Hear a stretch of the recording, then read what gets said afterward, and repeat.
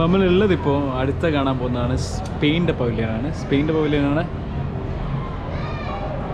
നമ്മൾ കയറിക്കാൻ ലെഫ്റ്റിൽ സ്പെയിന് ഏറ്റവും അറിയപ്പെടുന്ന ഫുട്ബോളിലാണ്. ഫുട്ബോളിൻ്റെ ഇതാണ് ഫുട്ബോൾ, അതുപോലെ തന്നെ ടെന്നീസ്, മ്യൂസിക്. പിന്നെ നമ്മൾ സ്പെയിനിൽ പോയാൽ കാണുന്ന ഒരുപാട് ചേർച്ച് കാണാം. പിന്നെ അതുപോലെ തന്നെ അവരുടെ ആ കൾച്ചർ, പിന്നെ മോഡേൺ വേൾഡിൻ്റെ ആ കൾച്ചറൊക്കെ കാണാൻ നിൽക്കുന്നുണ്ട്. പിന്നെ ഇവിടെ കാണുന്നില്ല ഈ ഒരു രീതിയിലുള്ള കൺസ്ട്രക്ഷൻ, അത് ശരിക്കും ചൂടിനെ റെസിസ്റ്റ് ചെയ്യാൻ വേണ്ടിയിട്ടാണ്. ഇങ്ങനെ ചെയ്ത് കഴിഞ്ഞാൽ അതിൻ്റെ ഉള്ളിൽ നിൽക്കുന്ന ആളുകൾക്ക് അത്ര ടെമ്പറേച്ചർ, ചൂട് അനുഭവപ്പെടില്ല. യു എയിൽ സ്പെഷ്യലി നല്ല ചൂടുള്ള സമയത്തൊക്കെ ഈ ഒരു രീതിയിലുള്ള കൺസ്ട്രക്ഷൻ ഭയങ്കരമായിട്ട് ഹെൽപ്പ് ചെയ്യും. പിന്നെ ഈ സ്പെയിൻ പവലിയനിലുള്ള വേറൊരു സംഭവമാണ് ചെസ്സിനെ പറ്റിയിട്ടുള്ള വേൾഡ് ചെസ് സ്കൂൾ കോമ്പറ്റീഷൻ നടക്കുന്നുണ്ട്. ഏകദേശം 52 രാജ്യത്തു നിന്ന് സ്കൂൾസിനെ പങ്കെടുപ്പിച്ച് 252 സ്കൂളായിട്ടുണ്ട്. അത് പങ്കെടുത്തിട്ട് അതിൽ ബെസ്റ്റ് ഫൈനൽസ് എത്തുന്ന ആൾക്കാർ ഈ ദുബായിലുള്ള ഇവിടെയുള്ള ചെസ് കോമ്പറ്റീഷനിൽ പങ്കെടുക്കാനുള്ള ഒരവസരമാണ് ഈ സ്പെയിന് കൊടുക്കുന്നത്.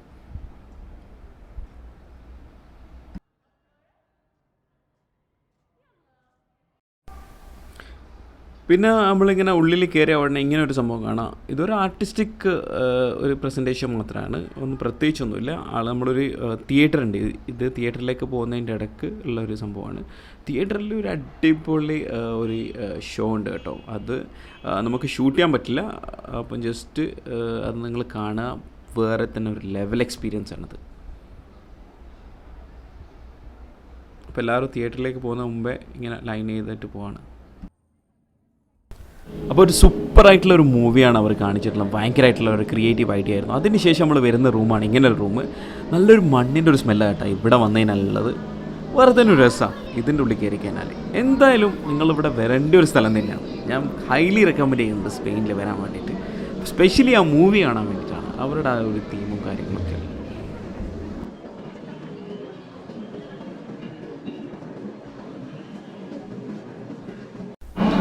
പിന്നെ വേറൊരു ഏരിയയിൽ എത്തുന്നവരെ നിങ്ങൾ കാണുന്നതാണ് ഇങ്ങനെ ഇലകളൊക്കെ കൊഴിഞ്ഞ് നിലത്തേക്ക് പോകുന്ന രീതിയിലുള്ള ആ ഒരു വിഷ്വലാണ് അവർ ഒരുക്കിയിരിക്കുന്നത്. പിന്നെ അതുപോലെ തന്നെ കുറേ പക്ഷികളൊക്കെ പറക്കുന്ന രീതിയിലുള്ള പ്രൊജക്ടർ കൊണ്ടുള്ള ചെയ്യുന്ന സംഭവമുണ്ട്. നല്ല രസമുണ്ട് കേട്ടോ ഇവിടെ കാണാൻ വേണ്ടിയിട്ട്. വേറെ തന്നെ ഒരു എക്സ്പീരിയൻസ്. നമ്മളുടെ ക്യാമറയിൽ അങ്ങനെ കിട്ടുന്നില്ല ആ പക്ഷികളൊക്കെ ട്രൈ ചെയ്യുന്നത്. ഓരോ ഏരിയയിൽ ഓരോ പ്രൊജക്ടർ വെച്ചിട്ടാണ് ഓരോ ബേർഡ്സിനെ കാണിക്കുന്നത്. ഇവിടെ എഴുതിയിട്ടുള്ള Spain world leaders in solar energy എന്ന് പറഞ്ഞിട്ടുള്ളത് സംഭവം എന്ന് പറയുന്നത്, സ്പെയിന് ഞാനിപ്പോൾ കണ്ടെടുത്തോളം ഒരുപാട് പവലിയനിൽ പോയ സമയത്ത് അധിക പവലിയനും സോളാർ എനർജിക്കാണ് ഭയങ്കരമായിട്ട് പ്രാധാന്യം കൊടുക്കുന്നത്.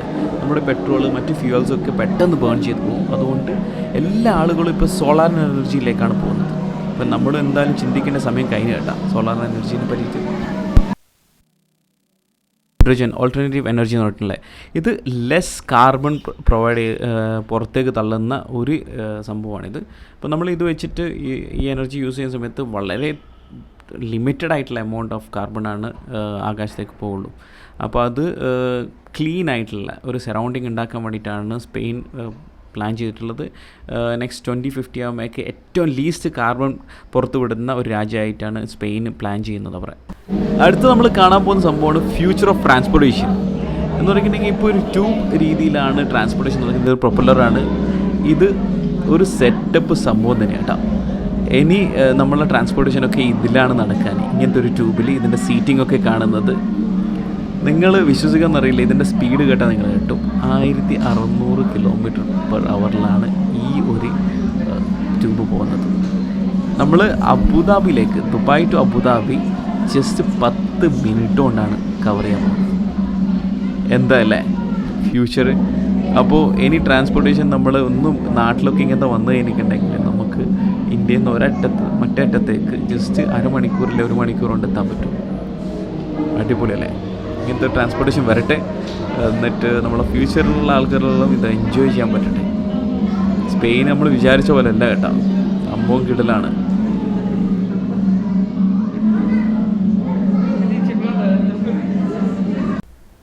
ഈ വീഡിയോ നിങ്ങൾ കണ്ടിട്ടുണ്ടെങ്കിൽ ശരിക്കും നെട്ടും. ഹൈപ്പർലൂപ്പിൻ്റെ ഒരു വീഡിയോ ആണ്. ഹൈപ്പർലൂപ്പിനെ എക്സ്പ്ലെയിൻ ചെയ്യുകയാണ് ഈ വീഡിയോയിൽ ചെയ്യുന്നത്. ഹൈപ്പർലൂപ്പ് ഉണ്ടാക്കിയ കമ്പനിയുടെ സെലറോസ് ഹൈപ്പർലൂപ്പ് എന്നാണ്. 2022 ഡിസൈനാണിത്. അതിൻ്റെ സ്പീഡിനെ പറ്റിയാണ് കാണിക്കുന്നത്. ഇതൊരു ട്യൂബ് പോലത്തെ സംഭവത്തിൻ്റെ ഉള്ളിലാണ് ഇത് പോകുന്നത്. 1075 km/h ഇത് സ്പീഡ്. എന്താ അല്ലേ? അതിൻ്റെ ഉള്ളിലുള്ള സീറ്റിംഗ് ആണെങ്കിൽ നല്ല രസത്തിലുള്ള സീറ്റിംഗ് ആണ്, നല്ല കംഫർട്ടബിളായിട്ട് സീറ്റിംഗ്, ഭയങ്കര ഹൈ സ്പീഡിൽ പോകുന്നതാണല്ലോ ഈ ട്യൂബിലൂടെ. അപ്പോൾ ഇതിൻ്റെ ലൂപ്പ് എന്നാണ് ഇതിൻ്റെ പേര്. ഇത് പറയുന്നത് ബാർസലോണ ടു പാരീസ് 1075 കിലോമീറ്ററാണ്. അത് നോർമലി ബൈ കാർ പോവുകയാണെങ്കിൽ 6 മണിക്കൂർ എടുക്കുന്ന യാത്ര 1.5 മണിക്കൂർ കൊണ്ടാണ് നിങ്ങൾ ഈ ഫാസ്റ്റ് സ്പീഡ് ട്രെയിനിൽ കംപ്ലീറ്റ് ചെയ്യാൻ പോകുന്നത്. 1.5 മണിക്കൂർ കൊണ്ട് 6 മണിക്കൂർ കൊണ്ടുള്ള ദൂരം 1.5 മണിക്കൂർ കൊണ്ടാണ് കവർ ചെയ്യാൻ പോകുന്നത്.